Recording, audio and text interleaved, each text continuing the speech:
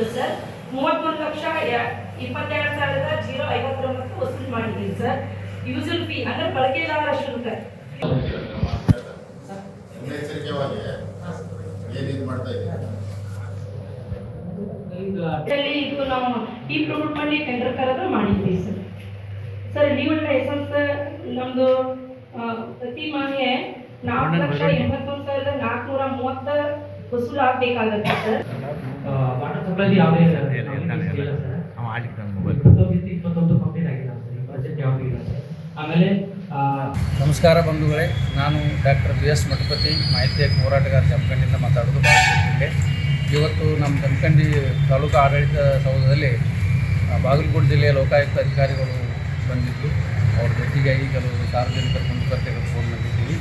ಇಲ್ಲಿ ಕೆಲವು ನ್ಯೂನತೆಗಳನ್ನು ನಾವು ಕಲ್ತ್ಕೊಂಡಿವಿ. ಏನಪ್ಪ ಅಂತಂದರೆ, ಇವತ್ತು ಒಂದು ಸಾರ್ವಜನಿಕ ಕುಂದುಕೊರತೆ ಸಭೆಯನ್ನು ಅಧಿಕಾರಿಗಳು ಮಾಡೋದಾದರೆ ಕನಿಷ್ಠ ಒಂದು 4 ದಿವಸ ಪತ್ರಿಕೆ ಹೇಳಿಕೆಯನ್ನು ಕೊಡಬೇಕು, ಅಡ್ವಾನ್ಸ್ ಕೊಡಬೇಕು. ಅಂದರೆ ಇವತ್ತು ಮಾಡೋದು ನಿನ್ನೆ ಪತ್ರಿಕೆ ಒಳಗೆ ಬಂದದ. ಹೀಗಾಗಿ ಏನಾಗಿದೆ ಅಂದರೆ ಸಾರ್ವಜನಿಕರಿಗೂ ಲಭ್ಯವಾದ ಮಾಹಿತಿ ಇಲ್ಲದ ಕಾರಣ ಬೆರಳೆಣಿಕೆಯಷ್ಟು ಮಾತ್ರ ದೂರದಾರರು ಬಂದಿದ್ದರು. ಇದನ್ನು ಅಧಿಕಾರಿಗಳು ಏನು ಗಮನಿಸಬೇಕು ಅಂತಂದರೆ, ಇವತ್ತು ಸಭೆ ಮಾಡಬೇಕಾದ್ರೆ ಕನಿಷ್ಠ 4 ದಿನಗಳ ಹಿಂದೆ ಅದು ಪತ್ರಿಕಾ ಹೇಳಿಕೆಯನ್ನು ಕೊಡಬೇಕು. ಮತ್ತು ಭಾಳಷ್ಟು ಸಮೀಪದಲ್ಲಿ ಕೊಟ್ಟು ಸಾರ್ವಜನಿಕರಿಗೆ ಮಾಹಿತಿ ಹೋಗೋದಕ್ಕಾಗಿ ಇಲ್ಲಿ ದೂರದಾರರು ಭಾಳಷ್ಟು ಕಡಿಮೆ ಬರ್ತಾರೆ. ಇನ್ನೊಂದು ಏನಾಗಬೇಕಪ್ಪ ಅಂತಂದರೆ, ಅಧಿಕಾರಿಗಳ ಗಮನಕ್ಕೆ ನಾನು ತರಬಯಸ್ತಾ ಇದ್ದೀನಿ. ಸಾರ್ವಜನಿಕ ಕುಂದುಕೊರತೆ ಅನ್ನು ಸಭೆ ಇಟ್ಕೊಂಡಾಗ ಮೊದಲು ಸಾರ್ವಜನಿಕರಿಂದ ಬಂದಂಥ ಅಹವಾಲುಗಳನ್ನು ಮೊದಲು ತಗೊಳ್ಬೇಕು. ಏಕೆಂದರೆ ಇದು ಲಾಸ್ಟ್ ತೊಗೊಳೋದ್ರಿಂದ ಏನಾಗುತ್ತೆ ಅಂತಂದರೆ, ಅವರು ಕೂತು ಬೇಸೋದು ಮನೆಗೆ ಹೋಗ್ತಾರೆ.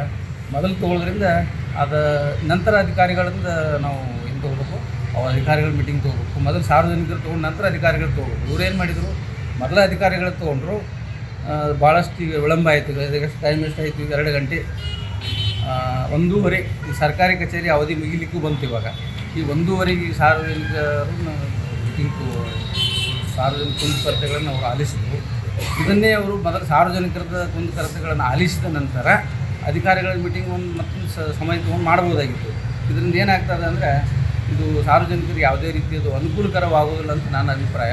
ಅದು ದಯವಿಟ್ಟು ಬಾಗಲಕೋಟೆ ಜಿಲ್ಲೆಯ ಲೋಕಾಯುಕ್ತ ಅಧಿಕಾರಿಗಳು ಮುಂದಿನ ದಿನಮಾನ ಒಳಗೆ ಯಾವುದೇ ಸಾರ್ವಜನಿಕ ಕುಂದುಕೊರತೆಗಳನ್ನು ಸಭೆಗಳನ್ನು ನಡೆಸೋದಾದರೆ ಕನಿಷ್ಠ 4 ರಿಂದ 5 ದಿವಸ ಮುಂಚಿತ ಪತ್ರಿಕಾ ಹೇಳಿಕೆ ಕೊಡಬೇಕು. ಆಮೇಲೆ ಕುಂದುಕೊರತೆ ಸ್ಟಾರ್ಟ್ ಆದಾಗ ಅವ್ರೇನು ಮಾಡಬೇಕು ಅಂತಂದರೆ, ಮೊದಲು ಸಾರ್ವಜನಿಕರಿಂದ ಬಂದಂಥ ಅಹವಾಲುಗಳನ್ನು ಸ್ವೀಕಾರ ಮಾಡಿ ಅದು ಸಮಸ್ಯೆ ಪರಿಹಾರವನ್ನು ಕಂಡುಕೊಳ್ಳುವಂಥ ವ್ಯವಸ್ಥೆವಾಗಬೇಕು.